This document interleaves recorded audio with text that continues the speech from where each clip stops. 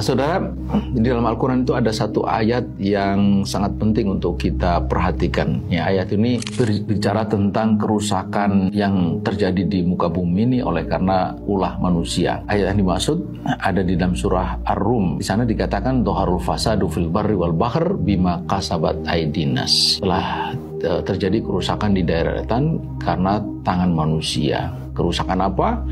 Kerusakan ekonomi berupa kesenjangan, kemiskinan, korupsi, kerusakan politik, kerusakan moral, kerusakan lingkungan, dan lain-lain. Kenapa itu terjadi?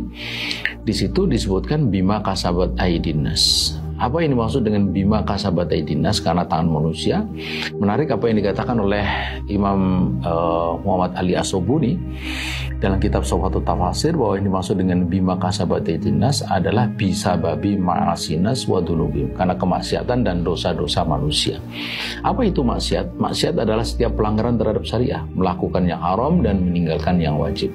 Dan setiap maksiat itu berdosa, dan setiap maksiat yang berdosa itu pasti akan menimbulkan fasad atau kerusakan. Dan di titik ini penting harus kita perhatikan, saudara, bahwa kemaksiatan itu ada yang personal, ada yang komunal. Jadi tidak hanya sebatas personal, kemaksiatan personal, contohnya misalnya orang yang tidak sholat, mabuk-mabukan, judi dan sebagainya, yang itu pasti juga akan menimbulkan fasad. Tapi fasad yang ditimbulkan itu juga hanya sebatas personal atau pada level individu. Beda dengan kemaksiatan komunal atau struktural, yaitu kemaksiatan yang dilakukan secara komunal, seperti berlakunya sistem ekonomi kapitalis, politik yang machiavellistik, sikap beragama yang sinkretistik, budaya yang westernistik, dan sebagainya. Itu semua akan menimbulkan kerusakan yang bersifat komunal, mengena pada seluruh masyarakat.